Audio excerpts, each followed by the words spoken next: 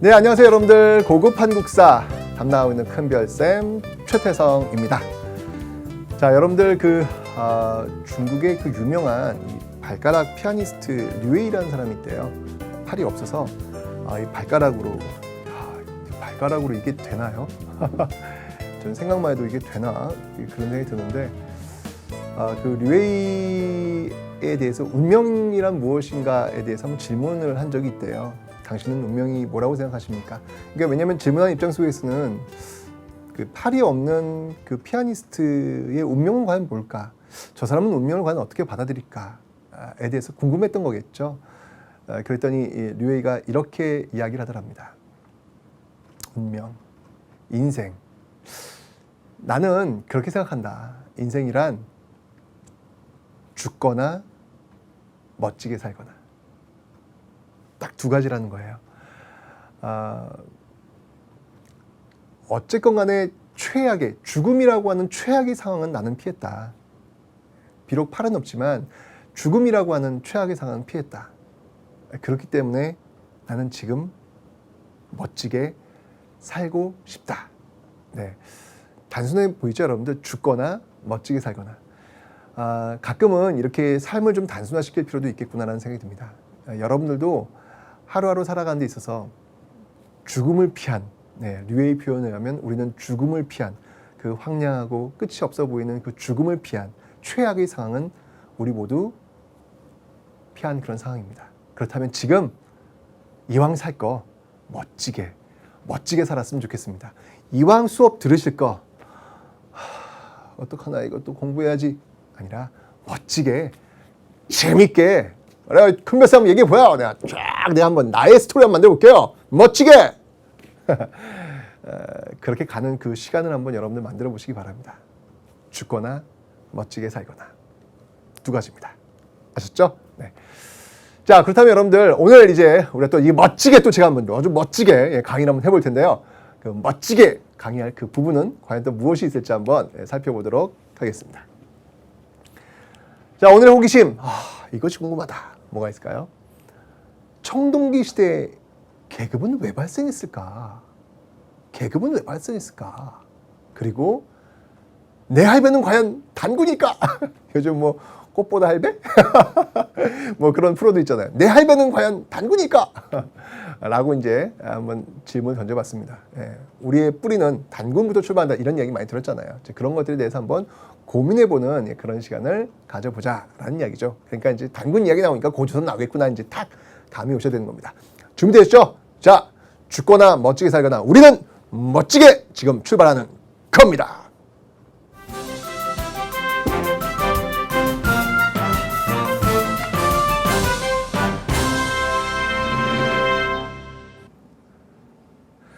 자, 여러분들 전 시간에 우리가 구석기와 신석기 시대를 배웠고요. 자, 이제 그 뒤를 이어서 청동기와 철기 배울 텐데 그 전에 먼저 청동기, 철기 시기 구분을 살짝 좀 하고 갈게요. 왜냐면 이 부분을 여러분들이 이해를 하셔야 앞으로 이제 여러분들이 그 유물유적 공부하실 때 고개를 갸우뚱하는 게 좀 해소가 될 겁니다. 자, 먼저 시기 구분 갑니다. 시기 특징, 구분이라는 표현보다는 특징이 낫겠네요. 자, 이렇게 봤을 때 시기의 특징 이렇게 봤을 때 쭉 나눠봤을 때 기원전 BC 20세기경부터 청동기가 출발한다. 네, 이렇게 만주지역 청동기를 다 아우러서 지금 말씀을 드리는 거예요. 자, 그러다가 기원전 5세기경, 기원전 5세기경이 되면 이제 철기 시대로 들어간다. 네, 이렇게 지금 제가 설명을 드렸잖아요.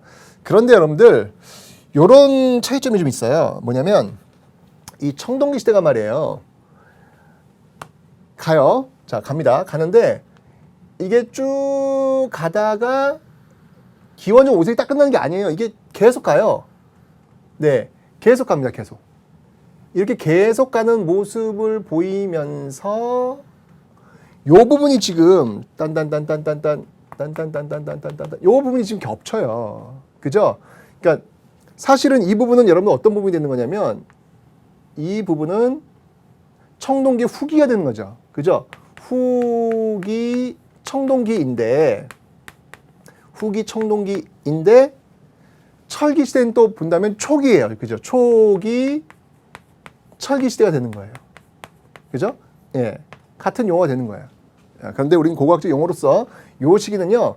초기 철기 시대다라는 요 표현을 씁니다. 초기 철기 시대. 그러니까 제가 이 이야기를 왜 드리는 거냐면 이 초기 철기 시대에 청동과 관련된 유물이 등장하기 때문에 그래요.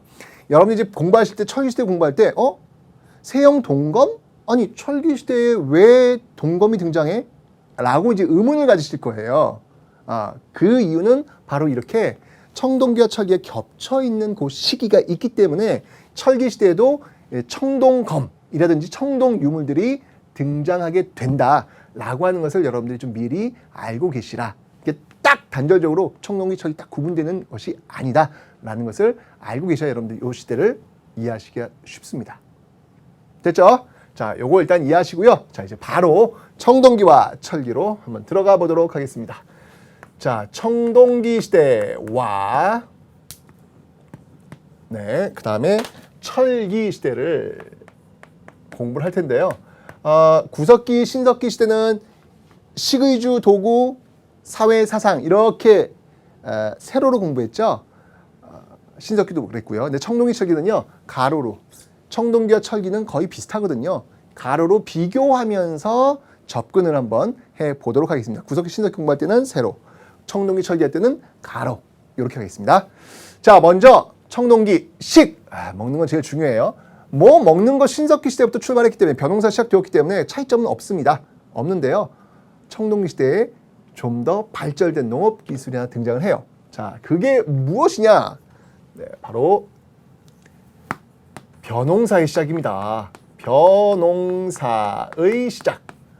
제가 신석기 시대는 여러분들 주로 밭농사 위주로 그랬잖아요. 근데 이제 청동기 시대는 드디어 벼농사. 여러분 아침에 뭐 드셨어요? 네, 밥 드셨죠? 밥? 아니에요? 네, 왜 못 드셨을까? 네, 거긴 또 많은 스토리가 있겠죠. 저도 못 먹었어요. 아침 못 먹었어요. 자, 어쨌건 벼농사. 그러니까 우리가 지금 아침에 밥을 먹는다고 했을 때 그 밥의 출발. 그 출발이 바로 이 청동기 시대부터 출발하고 있다라는 거죠. 그러니까 밭농사보다는 벼농사가 좀 더 높은 선진적 기술이 들어가야만 얻을 수 있는 결과물 아닙니까? 그죠? 물도 대야죠, 물도 빼야죠, 김도 매줘야죠. 밭농사는 사실 이렇게 씨 뿌리면 알아서 자랄 수 있잖아요. 그죠? 그러니까 어렵지 않단 말이에요. 신석기인들이 이 밭농사를 지었던 이유도 그냥 먹다 흘린 거 보니까 이렇게 갑자기 자라나가지고 이게 뭐지? 라고 해서 이 농사를 시작할 수 있단 말이죠. 근데 이 벼농사는 그렇지 않다는 얘기. 이건 기술이 들어가야 되는 거예요. 기술이. 당연히 그러니까 좀 시대가 뒤쪽으로 오겠죠. 청동기 시대부터 이 벼농사가 시작됐다라는 거 기억하시면 되고요. 뭐 더 쭉 나가서 철기 시대까지 계속해서 이 모습은 연결이 될 겁니다. 맞죠? 자, 이제 옷 입는 거 뭐 다르지 않습니다. 신석기 시대 원시적 수공업 좀 더 발달한 그런 모습들이 계속해서 나올 수 있겠지요. 그런데 여러분들 청동기 시대 때 제가 좀 더 이제 설명을 드리겠는데 제가 진짜 이게 놀라운 사실 하나 발견했어요. 이 사회 제가 공부할 때 청동기 시대 계급사회 설명하면서 대표적인 유물 들어봐라, 유적 들어봐라 하면 고인돌 제가 설명드릴 거예요. 근데 어디인가에서 이 고인돌 재현 행사가 있더라고요. 재현 행사인데 그 고인돌 그 돌멩이 끌고 와야 될 거 아니야. 근데 끌고 오는 사람들이 옷이요. 제가 깜짝 놀란 게 뭐냐면 원시인들 옷을 입고 가. 원시인들 옷을 그거 있잖아요. 이렇게 그냥 왜 한쪽 띠로 두르고 왜 그런 거 있잖아요. 이게 진짜 이건 아니죠. 왜냐면 여러분들 고인돌이 만들었던 그 시대에서 이 청동기 사람들은요 원시인들이 아니에요. 구석기 신석기인들이 아니에요. 가죽 옷 입고 막 동물 옷 입고 그런 사람들이 아니에요. 이 시대 사람들은요 지금과 같은 이런 어떤 옷들 있잖아요. 옷감 짜가지고 제대로 된 옷을 입고 있는 사람들이었습니다.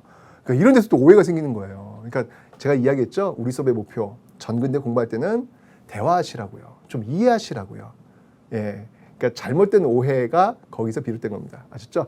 이 당시 옷 신석기 시대에 비해서 훨씬 더 좋은 옷 잘 근사하게 입고 있습니다. 막 나뭇잎으로 막 가리고 막 이게 동물 가죽 이런 거 아니에요, 이 시대. 아셨죠? 네. 자, 그래서 의는 그냥 넘어가겠습니다. 같으니까 주를 한번 볼게요. 주. 주거 환경은요, 이 당시에 또 마찬가지로 움집이었어요. 이름은 같은 움집입니다. 이름은 같은 움집인데 이 움집이 어디에 배치하고 있느냐, 그 내용을 한번 좀 볼게요. 자, 요렇게 움집이요. 여기가 지금 강가라면 여기 이제 강 이렇게 흐른다면, 자 갑니다. 이렇게 가서 이렇게, 예. 이게 산이에요. 예, 산이고 집이 어디 있냐면 집은 요 정도. 여기 이제 집이 이제 위치하는 거죠. 자, 앞에는 지금 물이 흐르고 뒤에는 산이 있어요. 이런 걸 우리는 뭐라고 하냐면, 이런 것들을 우리는 배산 임수지형이다 라고 이야기를 하는 겁니다. 배산임수지형이다. 근데 여러분들 오해는 하지 마세요. 배산임수, 오호, 그러면 풍수지리, 청동기 시대부터 풍수지리가 있었나? 이렇게 오해를 하실 수 있는데 이건 풍수지리는 아니고요. 예, 풍수지리는 아닙니다, 여러분들. 이 우리나라에 풍수지리가 들어오는 시점은 신라 하대. 예, 신라 하대나 돼야 이 풍수지리가 들어와요. 이 당시에는 그냥 삶 속에서 이게 살기 좋은 거구나. 학문이라고 하는 게 여러분 뭐예요? 풍수지리라고 하는 학문도 어떤 삶의 경험을 통해서 그런 학문이 만들어지는 거잖아요. 그죠? 이 당시에는 어떤 삶의 경험 속에서 여기가 좋구나. 이렇게 나온 거죠. 자, 그래서 요렇게 집이 위치가 되었는데 요 집의 어떤 모습을 이렇게 보면요. 집의 모습을 보면요. 위에서 보면요. 이런 모습이에요. 위에서 보면은 장방향의 모습들. 이렇게 있고요. 화덕자리는 한쪽에 치우쳐져 있는 모습들을 보이고 있습니다. 한쪽에. 그 다음에 이걸 옆에서 보면요. 옆에서 보면은 이렇게. 네. 네. 이렇게 해서 한쪽으로 치우쳐져 있는 모습들. 이렇게 보이고 있어요. 자, 신석기 시대 집터와 확연히 다르구나 라는 것을 지금 여러분들 확인을 하고 계신 거예요. 그죠? 다르죠? 신석기 시대는 거의 원형의 모습이었고 반지하의 모습이었는데 이제는 지상가옥화하는 그러한 모습들이 나타나고 있더라라는 얘기죠. 그만큼 또 이제 기술이 발전된 거예요. 기술이 발전된 거예요. 그죠? 지상가옥화. 네, 이런 걸 보면 지금도 우리나라 보면 이렇게 반지하 주거가 있어요. 예. 저도 반지하 주거에 살아봤는데요. 참 안 좋습니다. 이게 반지하 주거가 이게 여름철 되면 눅눅하고 막 이제 이런데 그런 집들도 좀 개선이 됐으면 좋겠다라는 생각이 들어요. 그게 뭐 집 개선뿐만 아니라 또 경제 삶과 또 연결되는 그런 부분들이기도 하잖아요. 그죠? 근데 그 반지하 형태를 보면서 저는 굉장히 좀 제가 볼 때는 제 관점에서 볼 때는 굉장히 좀 후진적인 어떤 그 주거 형태가 아닌가라는 그런 생각이 들더라고요. 정말 인체에도 그렇게 썩 좋은 어떤 그런 건강에도 별로 좋지 않고 말이죠. 이제 그런 거 보면서 이제 신석기 시대가 그 반지하 형태로 이제 들어가 있는 어떤 그런 모습들이잖아요. 이제 그런 역사하고 좀 빗대가지고 신석기 시대에 있던 어떤 집터의 어떤 모양, 집의 어떤 그런 모습들이 아직도 있다면 이거는 좀 사회적으로 문제가 있는 게 아닌가. 어떤 사회복지 차원에서 이런 것들은 좀 주거 환경이 좀 필요한 게 아닌가라는 그런 생각이 들었습니다. 네. 자, 요런 어떤 움직, 그러니까 많이 이제 발전하고 있는 거예요. 지금 올라와 있는 그런 모습들을 지금 여러분들은 확인하셨습니다. 이런 것들이 철기 시대 가면요 좀 더 발전을 해요. 그래서 평지 같은 경우에는요, 초가집, 네, 초가집들이 이제 등장을 합니다. 철기 시대 오면요. 왜냐하면 이 벼농사를 짓기 시작을 하니까 당연히 거기 나오는 볏집들 이런 거 있잖아요. 이런 것들 갖고 이 초가집에 지붕을 올린다거나 할 수 있겠죠. 그런 모습들 나타나고 있습니다. 그 다음에 산 있죠. 그 산간 지역. 이 산간 지역 같은 경우에는 귀틀집이라는 게 있어요. 귀틀집. 통나무 있잖아요. 나무 같은 것들을 갖고 이렇게 서로 엇갈려가면서 이렇게 쌓아 올리는 그런 귀틀집도 있더라라는 거. 좀 그 지역 환경에 맞게 다양한 그런 주거 형태들이 등장하고 있다라는 것을 기억하시면 되겠습니다. 됐죠? 자, 이제 도구를 한번 살펴보도록 하겠습니다. 도구. 자, 도구에는요, 먼저 정말 여러분들 꼭 기억하실 도구가 있어요. 그게 뭐냐면 바로 반달 돌칼입니다. 반달 돌칼. 자, 여러분들 여기서 방점을 찍어야 될 게 뭐냐면 돌이에요. 무슨 말이냐면 일단 이 반달돌 칼은 뭐냐면 여러분 교재 보시면 알겠지만 말 그대로 칼인데 돌로 만든 반달 형태의 그 칼을 얘기하는 거죠. 왜 이 반달돌 칼이 필요했을까요? 벼 베는데 필요할 거 아니에요. 그죠? 그런데 문제는 뭐냐면 돌로 만들었다는 거예요. 청동기 시대 도구. 그러면 당연히 농기구도 청동으로 만든 거 아닌가? 이렇게 생각할 텐데 청동 농기구는 여러분들 없다라고 보시면 돼요. 청동 농기구는 없다. 여전히 청동기 시대는 석재 농기구다. 석재 농기구다. 네, 돌로 만든 농기구다. 라는 거 요거 꼭 여러분들이 기억을 해 놓으셔야 돼요. 신석기 시대에 이어서 청동기 시대에도 돌로 만든 농기구다라는 것을 꼭 여러분들이 기억을 해 놓으셔야 되는 거예요. 청동으로 만든 농기구는 이상해요. 네, 아주 안 어울려요. 마치 지금 그 농사를 지으시는 분들의 호미에 다이아몬드를 박아놓은 듯한 다이아몬드로 만든 호미를 여러분 보셨나요?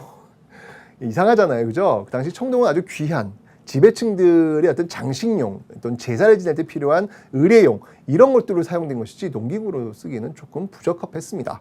예, 그러니까 당시 농기구는 돌로 만든 것이다 라고 하는 것. 신석기 시대에 이어서 좀 더 세련된 어떤 그런 농기구들이 등장했다라는 것을 꼭 기억하세요. 아시죠? 예, 반달 돌칼이었습니다. 됐고요. 자, 그 다음에 이제 토기를 한번 볼게요. 토기. 자, 신석기 시대 대표적인 토기가 있다면 그것은 빗살무늬 토기다라고 설명을 드렸잖아요. 그죠? 청동기 시대의 토기, 대표적인 토기가 있다면 가장 확실한 건요, 여러분, 민무늬 토기예요. 민무늬 토기가 이 민무늬 토기, 그러니까 무늬가 없다는 얘기죠. 예, 민자 무늬니까 민무늬 토기가 가장 대표적인 토기입니다. 민무늬 토기가 가장 대표적인 그런 토기다라는 거 기억하시고요. 그 다음에 또 미송리식 토기라는 게 있어요. 미송리식 토기. 미송리식 토기. 네, 예, 미송리식 토기라는 게 있습니다. 이 미송리식 토기는요, 손잡이가 달려 있어요. 여기서 핵심 포인트는 여러분 교재 보세요. 사진 보시면 알겠지만 손잡이가 달려 있어요. 손잡이가 달려 있는 토기라는 거 기억하시면 되겠습니다. 네. 그 다음에 또 뭐가 있냐면 여러분들 붉은 간토기, 붉은 간토기가 있다라는 거 기억하시면 되겠습니다. 계속 이어서 철기 시대로 한번 와볼게요. 철기 시대는요, 자, 아까 청동기 시대는 돌로 만든 농기구라 그랬죠. 자, 철기 시대 오면 여러분들 꼭 기억하세요. 드디어 철로 만든 농기구가 등장을 합니다. 철제 농기구. 철제 농기구가 등장을 하더라라는 것이죠. 어찌 본다면 지금 우리 사회도 철기 시대입니다. 그죠? 철이 없는 세상을 상상해 보십시오. 여기 광고 카피랑 비슷한데, 예. 어쨌건 여러분 철이 없는 세상을 한번 상상해 보세요. 지금. 이건 뭐 우리 시대도 역시 마찬가지로 철기 시대에 살고 있다라고 볼 수 있겠죠. 그죠? 그만큼 철은 참 중요한 자원으로 활용이 되고 있습니다. 어쨌건 이러한 철제 농기구가 철기 시대부터 등장했다라는 거 꼭 기억하세요. 이제 반달 돌칼이나 반달 철칼, 이런 게 등장하겠죠. 그죠? 그 다음에 토기도 역시요. 토기도 이렇게 보시면 알겠지만 토기는 여전히 철기 시대도 민무늬 토기가 등장을 해요. 민무늬 토기가 등장을 하고요. 네, 그 다음이 검은 간토기, 검은 간토기도 등장을 한다라는 거 기억하시면 되겠습니다. 됐죠? 자, 그 다음은 여러분들 이 무기를 한번 볼게요. 이 무기, 도구에서 무기가 참 중요해집니다. 네, 왜냐하면 청동기 시대부터는 전쟁을 굉장히 많이 하거든요. 왜일까요? 이 벼농사의 시작이라고 하는 것은 여러분들 이 생산력의 발전을 가져와요. 생산력의 발전을 가져오고 이 생산력의 발전은 잉여, 남는 것들을 발생시킨다는 얘기죠. 더 많이 생산했기 때문에 남는 게 있는 거예요. 남는 게 있으면 그 전에 구석기 신석기는 배고픈 평등사회라고 그랬잖아요. 그죠? 와우! 이제 기회가 온 거야. 이제 생산력 발전을 통해서 생산 기술의 발전, 농업 기술의 발전에 의해서 우리는 더 많이 가지게 된 거예요. 이제 배고프지 않아도 돼요. 이렇게 잉여를 갖고 배고픈 사람들에게 나눠주면 우리는 해피하게 살 수 있는 거 아닌가요? 근데 그게 안 돼요. 그게 안 돼요. 잉여물이 생기면서 우리는 이 잉여물을 더 갖기 위해서 싸우게 되는 겁니다. 전쟁을 하게 되는 겁니다. 그러면서 승자와 패자로 나뉩니다. 승자가 패자를 잉여 생산물을 더 생산하는 데 동원합니다. 그러면서 지배와 피지배의 계급도 나뉘게 되는 것이죠. 참 이런 게 참 아이러니가 아닌가라는 생각이 들어요. 그죠? 제가 항상 이야기하지만 여러분들 우리가 뭐 발렌타인데이라든지 뭐 이럴 때 정말 그 초콜릿 서로 나누잖아요. 그죠? 사탕도 나누잖아요. 근데 그때 들어오는 그 초콜릿이나 사탕 이러한 것들이 우리한테는 서로 사랑을 확인하기 위해서 좋은 시간을 갖기 위해서 우리가 지불하는 그런 돈이지만 누군가에게서는 그 저임금으로 노동력을 제공해 가지고 초콜릿도 만들고 그다음에 뭐 사탕도 만드는 그런 그 빈곤 아동들이 제3세계에 굉장히 많이 있다는 사실.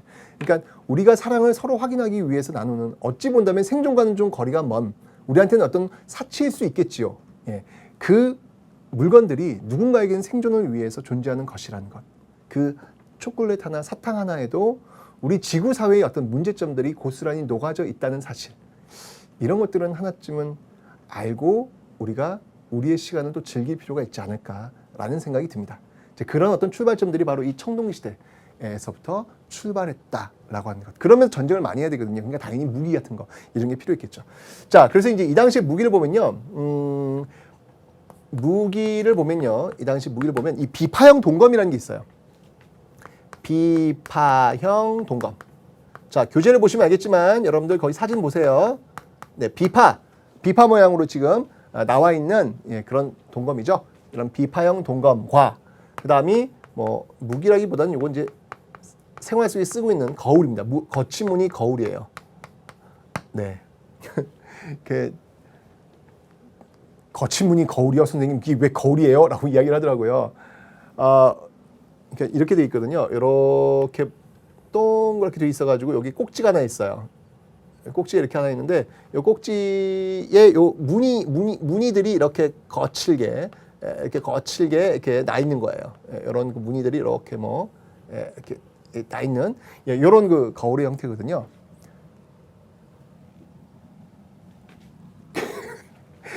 아니 그 책 속에다가 얼굴이 자꾸 들이대 이렇게 들이대면서 아니 여기 어떻게 얼굴이 비쳐요? 거울인데 어떻게 여기 제 얼굴이 나와요? 라고 하는데 아이 참, 당연히 안 나오죠. 여기는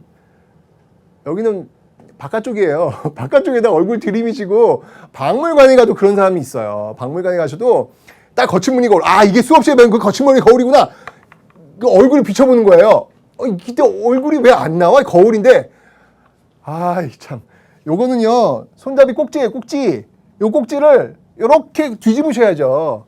그 반대편 이렇게 뒤집으면 깨끗한 면이 나오거든요. 그 깨끗한 면에 이렇게 비치시면 얼굴이 나오는 거예요. 안 나올 것 같은데요? 지금은 녹이 쓸었기 때문에 그럴 수 있겠죠. 여러분들 청동 녹그릇 같은 거 한번 떠올려 보세요. 깨끗이 닦으면요, 얼굴 보입니다. 네. 그런 역할을 했던 게 바로 이 거친 무늬 거울. 아직까지는 요 무늬를 만드는데 약간 좀 거친, 조악한 그런 모습들이 등장하고 있다라는 거 기억하시면 되겠습니다. 철기 시대로 오면요, 철기 시대는요, 이제 중요한 동검이 하나 등장하죠. 바로 세형 동검이 등장합니다. 세형 동검이 등장합니다. 자, 아까 제가 이 앞부분에서 철기 시대에도 동으로 만든 그런 유물들이 나오는 이유를 설명했어요. 바로 여기서 지금 그 이유가 지금 나타나고 있습니다. 이 세형 동검은요, 세형 동검의 역사적 의의라고 할까요? 이거는요, 한반도 내 독자적 청동기 문화, 독자적 청동기 문화를 보여주고 있는 상징적인 그런 상징적인 유물이 바로 이 세형 동검입니다. 여러분들 꼭 기억을 해 놓으셔야 되겠습니다. 세형 동검. 교재 보시면 알겠지만 여러분들 가늘세자, 가느다란 그런 뾰족한 모습들을 가지고 있습니다. 세형 동검이 있고요. 자, 그 다음에 이제 이때쯤 되면요 기술이 조금 더 발전합니다. 그래서 잔무늬 거울, 무늬가 아주 고운 거예요. 잔무늬 거울이 또 등장하고 있다라고 하는 것도 하나 기억하시면 되겠습니다. 됐죠? 자, 이런 어떤 그 청동기 시대는요, 이런 어떤 그 도구들을 가지고 예술품도 이렇게 만들어요. 그 예술품들이 뭐가 있냐면 여러분들 이런 것들을 가지고 이 암각화 있죠, 암각화. 네, 암각화. 그러니까 바위에다가 동물 문양을 이렇게 새겨놓는 거예요. 대표적인 게 있다면 울주. 울주에 있는 경상도 울주에 있는 반구대 암각화 같은 게 이제 대표적인 게 되겠죠. 이런 것들은 암각화 같은 경우에는 계속 철기 시대 또 계속 이어서 만들어내고 있습니다. 이 암각화를 보시면요 정말 와 풍부합니다. 그 시대의 어떤 생활 모습들이 정말 풍부하게 담겨 있어요. 고래 사냥하는 모습도 나오고 뭐 가축을 기르는 어떤 그런 모습들도 나오고 굉장히 다양한 어떤 모습들이 등장을 하고 있죠. 한 번쯤은 직접 가서 한번 여러분들 한번 확인을 한번 해보시면 야, 이 당시 사람들이 어떤 예술적 감각 장난 아니네, 대단하네 이런 것들을 아마 느끼시게 될 겁니다. 근데 뭐 이 암각화의 시대적 배경은 청동기냐, 특히 울주 반구대가 이게 청동기냐, 좀 더 가서 신석기의 가능성은 없는 거냐, 뭐 이런 그 설도 있습니다. 왜냐하면 여기 고래 사냥하는 장면이 등장을 해요. 근데 고래 사냥을 과연 신석기인들이 할 수 있었을까? 이제 이런 것들도 우리 시대의 사람들이 갖고 있는 학자들도 마찬가지고요. 갖고 있는 어떤 우리 시대의 편견이라는 거죠. 선입견이라는 거죠. 과연 그게 가능했을까? 아니, 그 엄청난 고래를 가능해? 이제 이런 데서 이제 출발했을 텐데 고고학적 발굴 성과에 의하면요, 신석기 시대에 발견된 어떤 그 도구 있잖아요. 그 도구에 고래뼈가 같이 나오는 어떤 그런 모습들도 나오고 있답니다. 가능할 수 있다라는 어떤 그런 설도 있어요. 지금도 여러분들 이 고래 사냥하는 거를 이렇게 보시면요, 그 전통적 방법으로 고래 사냥하는 거 보면요, 그냥 작은 배예요. 작은 배 같고요, 진짜 작살 이렇게 몇 개 같고요, 그거 갖고 그냥 잡는 경우가 있어요. 지금도 있습니다, 여러분들. 네, 그래서 신석기인들이라고 못하진 않은 거 아니냐. 뭐 어쨌건 이런 어떤 그 얘기들이 담겨 있습니다. 이 암각화인 말이죠. 자, 그리고 이제 철기 시대로 오면요, 여러분들 꼭 기억하실 게 뭐냐면 이 당시에 그 발견되던 유물 중에서 굉장히 의미 있는 유의미한 어떤 그런 유물들이 등장을 해요. 자, 그게 뭐냐면요, 바로 중국 화폐의 발견입니다. 중국 화폐의 발견. 자, 어떤 것들이 있냐면, 자, 이런 것들이 있어요. 명도전. 요거는 중국 춘추 시대의 화폐거든요. 전국 시대, 춘추 전국 시대의 화폐거든요. 전국 시대의 화폐. 그다음에 반량전. 그다음에 오수전. 반량전도 있고요. 오수전도 있고요. 이건 한나라의 어떤 화폐고요. 그다음에 붓도 발견돼요. 붓. 자, 이런 걸 통해서 우리가 알 수 있는 건 뭘까요? 우리가 알 수 있는 것. 중국과 교류했구나. 네, 중국과 교류했구나라는 것을 이러한 유물을 통해서 우리가 확인할 수 있는 것이죠.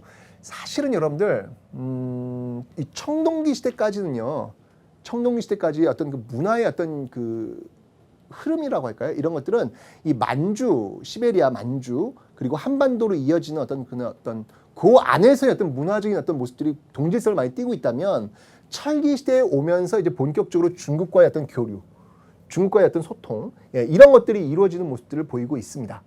그런 것들을 여러분들 알 수 있는 근거가 뭐 명도전이라든지 뭐 반량전이라든지 오수전과 같은 그런 이제 중국 화폐들이 있다는 것을 여러분들이 좀 꼭, 아주 시험에 잘 나오니까 붓도 마찬가지고요, 꼭 좀 여러분들이 기억해 놓으시면 되겠습니다. 됐죠? 자, 이게 이제 청동기, 철기 시대의 어떤 그런 도구들과 관련된 그런 내용들이었어요. 자, 이제 사회. 이제 사실 이 청동기, 철기에서는 이 사회가 굉장히 중요하거든요. 왜냐하면 앞에 이 구석기와 신석기가 평등사회라고 제가 설명드렸잖아요. 그죠? 자, 이제 계급사회로 들어섭니다. 청동기 사회의 가장 큰 특징이라고 한다면 바로 계급사회의 출현이다. 바로 이 계급사회의 출현이다라고 할 수 있겠죠. 계급사회. 자, 이 계급 사회를 보여줄 수 있는 가장 좋은 유물, 유적이 있어요. 그게 뭐냐면 바로 고인돌이라는 거죠. 고인돌. 제가 아까 설명드렸잖아요. 고인돌하면 여러분들이 오해를 많이 하시는 분들이 있어요. 왜 그런가 봤더니 어느 회사 이거 아이스크림 광고에 이상하게 생겼네 빰빰 빠빠빠빠빰 이렇게 나오면서 삐삐 꼬이었네 뭐 이렇게 나오면서 고인돌이 등장을 해. 근데 그 고인돌이 입고 있는 옷이 이 원시인들의 옷을 입고 와요. 이러면서 고인돌은 원시인, 아마 그러다 보니까 그 고인돌 행사 재현하시는 분도 그럴 거야 라고 생각하신 거죠. 그죠? 아니에요. 진짜 아니에요. 이 고인돌은 무덤의 역할도 하고요. 또는 제사를 지내는 어떤 그런 제단의 역할도 하고요. 여러 다양한 그 기능들을 가지고 있습니다. 어쨌거나 이 고인돌은 여러분들 세계에서 우리가 제일 많이 있어요. 제일 많이 있습니다. 그래서 이게 유네스코 문화유산으로도 이제 적용이 되었죠. 유네스코. 네, 고인돌. 왜냐하면 이 고인돌이 왜 이 계급사를 알려주는 유물이 되냐면 덮개돌의 덮개돌 기둥을 받치고 있는 그 위에 덮개돌 교재 보세요. 사진. 그 덮개돌의 무게가 약 한 50톤 정도 된다 그래요. 무거운 건 말이죠. 큰 건 말이죠. 50톤이면 여러분들 얼마나 많은 사람이 동원돼야 그걸 올릴 수 있는데요. 끌고 와야죠. 올려야죠. 어려운 작업입니다, 여러분들. 그죠? 그러려면 한 사람의 무덤을 위해서 얼마나 많은 사람들이 동원되었느냐. 이걸 통해서 지배와 피지배 계급을 알 수 있는 그런 유물, 고인돌이라는 것으로 설명이 가능한 겁니다. 아시죠? 이외에 뭐 고인돌만 다 무덤이 되냐 그건 아니고요. 또 뭐 돌널 무덤, 널이라고 하는 건 관이에요. 관을 돌로 짜가지고 이렇게 만든 돌널 무덤도 있었다라는 거 알아두시면 되고요. 철기 시대로 오면요, 뭐 널 무덤이라든지 또는 여러분들 박물관 같은 데 가면 참 신기한 무덤이 있을 거예요. 그게 바로 동무덤이 있어요. 동무덤이 뭐냐면 기다란 항아리 있죠. 항아리. 그 항아리 두 개, 그 항아리 그 주둥이를 같이 이렇게 포개 놓은 그러한 그 또 유물을 보실 거예요. 그게 이제 무덤입니다. 무덤.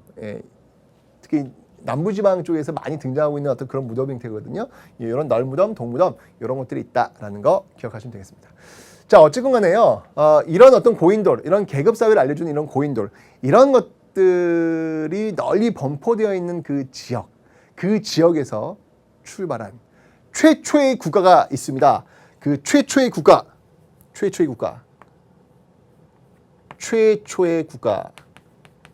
어디죠? 우리나라 최초의 국가, 그렇죠. 바로 고조선입니다. 최초의 국가 고조선이 딴딴딴 등장하더라라는 것이죠. 자, 여기 지금 보여지고 있는 이 흐름도 보이시죠?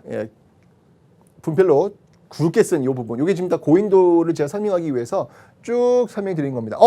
여기서 우리가 알 수 있는 건 뭐예요? 고조선이라고 하는 나라는 청동기 시대와 철기 시대에 연결되어 있는 그런 나라구나. 걸쳐 있는 나라구나.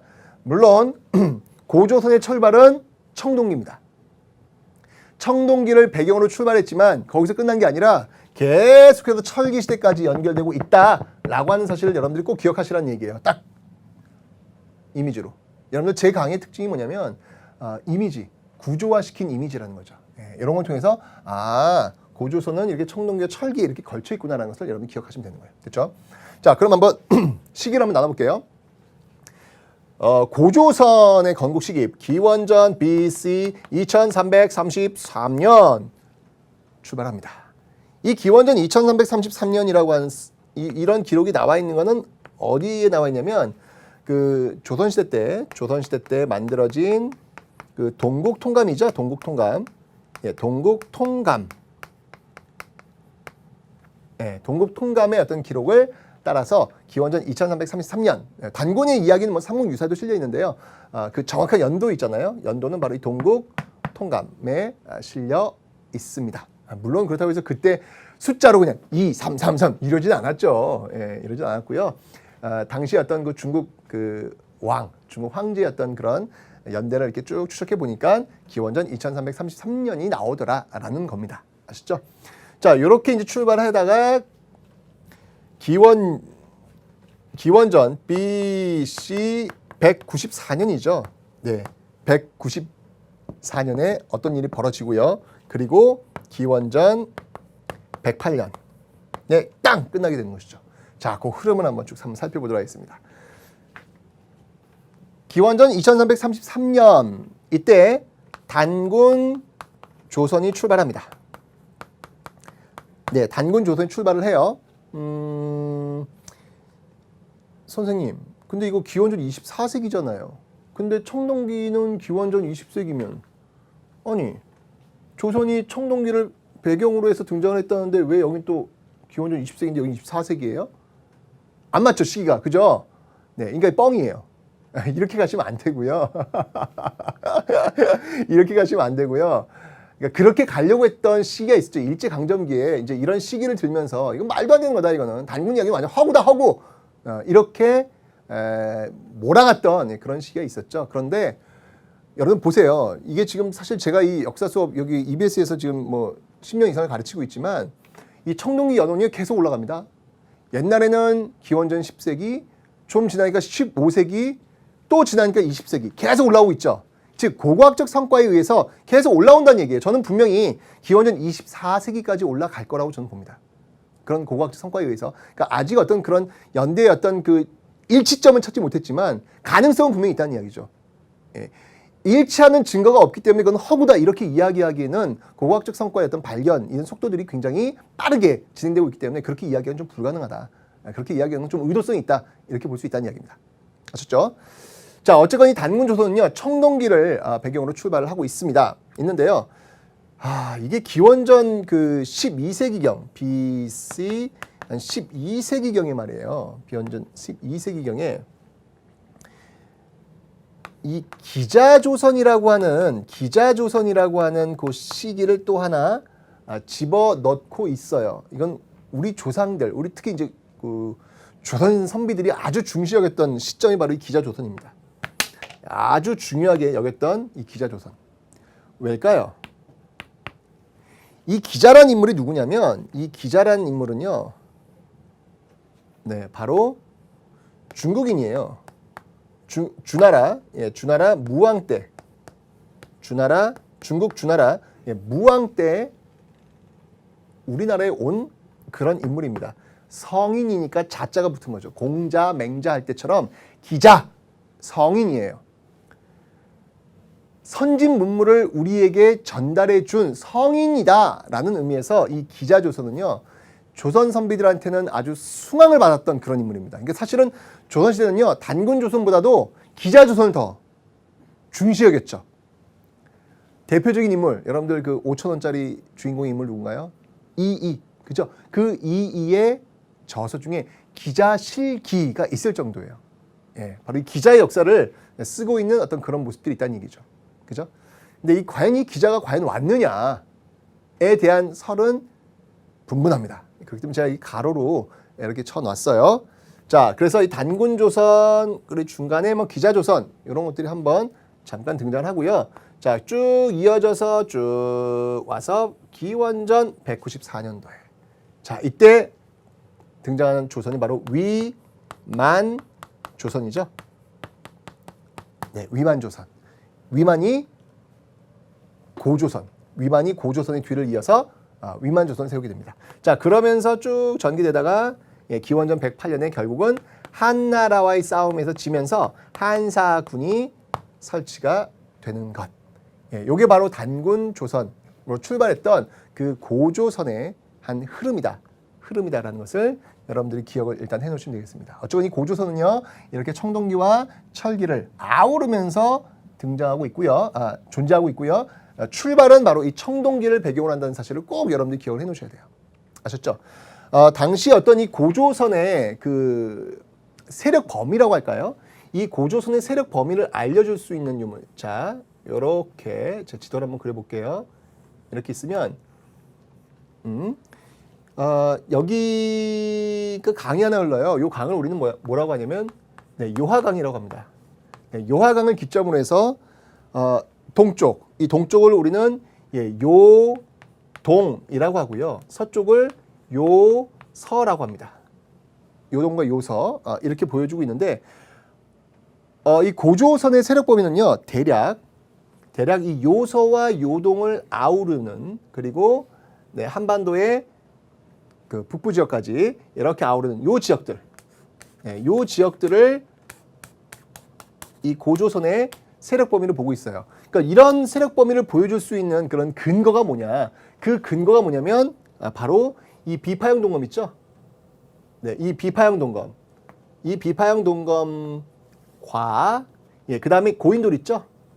이 고인돌이 이 고조선의 어떤 세력 범위를 보여주고 있는 그런 유물들이에요. 비파형 동검과 고인돌이 이 지역에 아주 촘촘하게 발견되는 걸 통해서 왜냐하면 이런 유물들이라고 하는 거, 무덤의 형태라고 하는 거, 이런 어떤 그 무기의 어떤 사용이라고 하는 것들은 그 시대의 동시대 사람들이 사용할 수 있는 어떤 그런 내용들이잖아요. 이제 그런 것들이 발견되고 있는 지역들을 통해서 고조선의 세력 범위는 이러한 정도가 되는구나라고 이제 학자들이 추측을 하는 것이죠.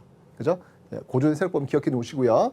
그 근거가 되는 유물들, 비파형 동검, 고인돌을 기억해 놓으시면 되고요. 자, 그 다음에 여러분들 이 고조선 하면 딱 떠오르는 또 이야기가 하나 있잖아요. 그 이야기가 뭔가요? 그렇죠. 바로 단군 이야기죠. 자, 단군 이야기를 한번 들어보면 이런 거죠. 하늘의 신, 누구? 환인. 환인의 아들이 누굽니까? 환웅이죠. 환웅이 인간세에 관심이 있어서 아버지한테 부탁해서 무리 3,000명을 거느리고 내려옵니다. 내려와서 인간이 되기를 원하는 곰과 호랑이, 이 중에 성공한 사람이 누구예요? 성공한 게 누구예요? 곰이죠, 곰. 이 곰이 여인으로 변하여서 빰빰빰빰빰빰빰빰 해가지고 드디어 아이를 낳았으니 그 아이가 누구더라? 그 아이가 바로 단군 왕검이더라 라는 그 유명한 이야기가 있지 않습니까? 그죠? 근데 이게 이제 그 유명한 이야기에 그치면 안 되고요. 여기에 숨겨져 있는 여러 의미를 여러분들이 읽어낼 수 있어야 되는 겁니다. 자, 먼저 갈게요. 하나씩 봅시다. 자, 먼저 환웅이에요. 하늘에서 내려옵니다. 이건 뭐냐면 이건 바로 선민의식을 나타내는 거예요. 우리는 선택받은 민족이라는 거지. 하늘로부터 선택받은 민족, 건드리지 말라는 얘기예요. 우리 전쟁해야 돼. 너희들 우리 말 따라야 돼. 왜? 우리는 하늘에서 내려온 선택받은 민족이니까 이런 것들을 이야기할 수 있기 때문에 그렇습니다. 그죠? 자, 그리고요, 이 무리 3천이라고 했는데 이 무리 3천은요, 풍백, 우사, 운사 이런 사람들이 다스린다고 했어요. 풍백, 바람풍, 비우자. 이거 뭐죠? 이 당시에는 농사, 농경 이런 것들이 중시되었구나. 그리고 이들이 다스린다고 했으니까 계급사회구나 라는 것도 알 수 있죠. 그리고 곰이 승리하잖아요. 곰이. 그죠? 그러니까 곰을 믿는 부족과 호랑이를 믿고 있는 부족이 있는데 호랑이를 믿고 있는 부족, 토테미즘 아닙니까? 이런 걸 통해서 우리가 알 수 있는 게 토테미즘이냐. 토테미즘. 신석기 때부터 등장했다는 토테미즘.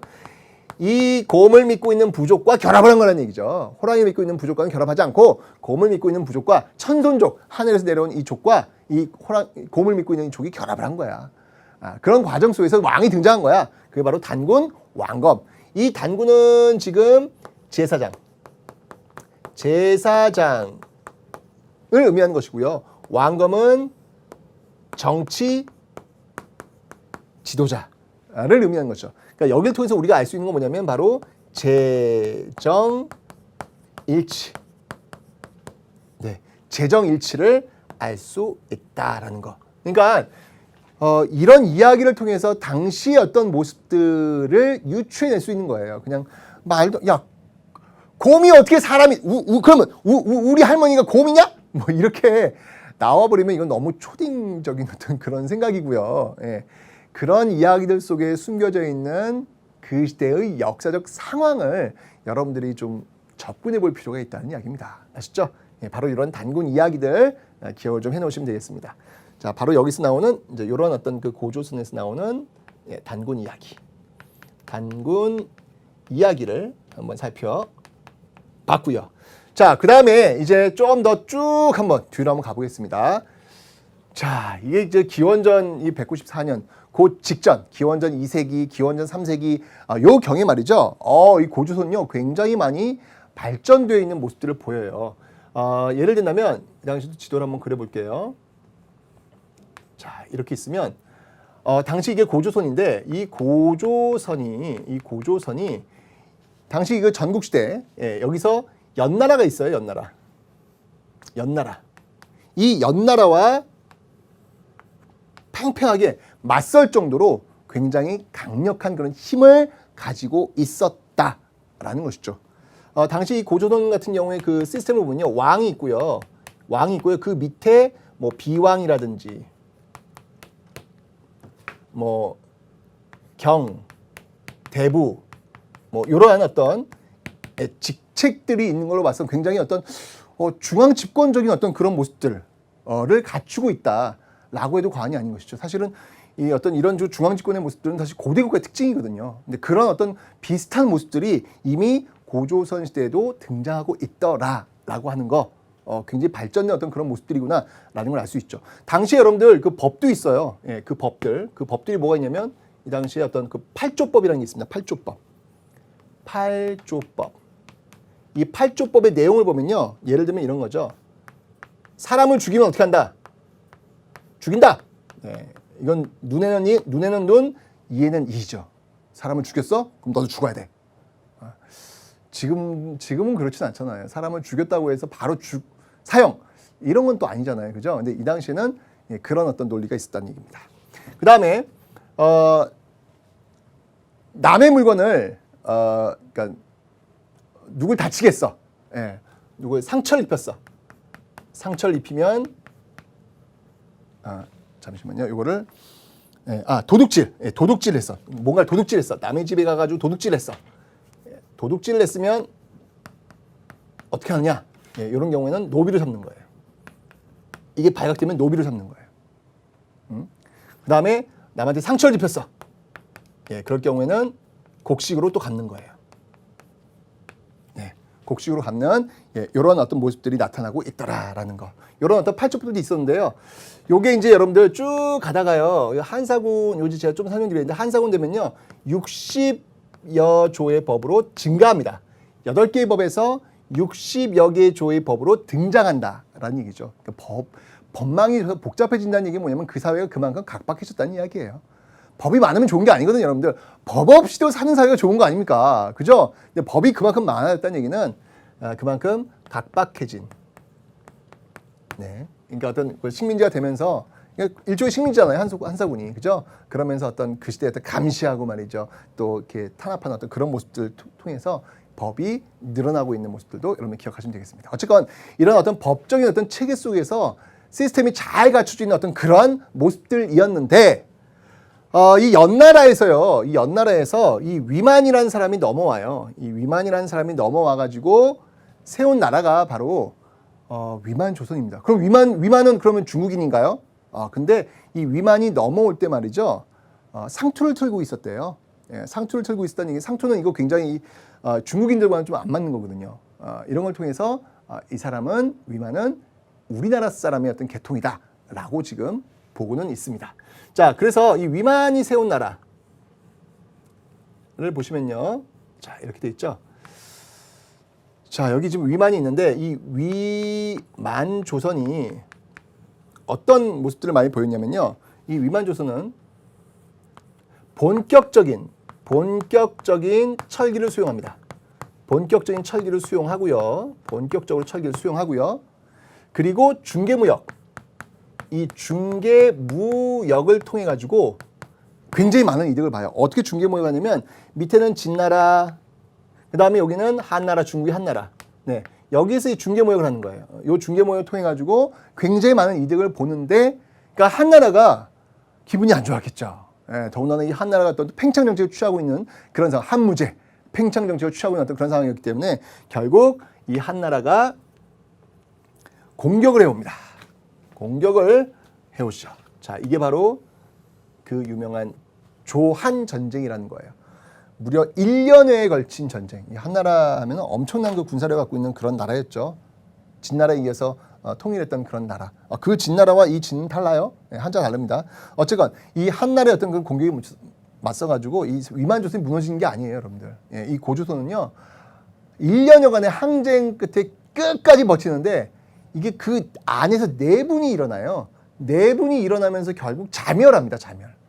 자멸하면서 결국은 한사군, 일종의 식민지라고 할 수 있겠죠. 이 한사군이 설치되는 그런 모습들을 보이고 있죠. 물론 이 한반도에 설치된 이 한사군은요 이후에 고구려, 백제 이런 나라들의 공격에 의해서 결국은 사라지게 되는 것이고 그 사라지는 시점들이 바로 이제 우리나라의 삼국시대가 되는 거예요. 그렇게 이제 연결이 될 겁니다. 자, 어쨌건 간에 여러분들, 우리는요, 우리나라의 어떤 우리 민족의 어떤 기원이라고 할 수 있는 이 고조선, 그 고조선의 역사를 쭉 한번 청동기와 철기와 아울러서 쭉 한번 살펴보았습니다. 자, 이렇게 해서 최초의 국가 고조선이 등장을 했습니다. 이 최초의 국가 고조선을 따라서 이제 이 땅 한반도와 만주 지역에는요, 여러 나라들이 성장할 것입니다. 그 여러 나라들 중 일부는 바로 이렇게 한사군, 한나라의 식민지라고 할 수 있는 이 한사군에 맞서면서 자신의 세력들을 키워나갈 겁니다.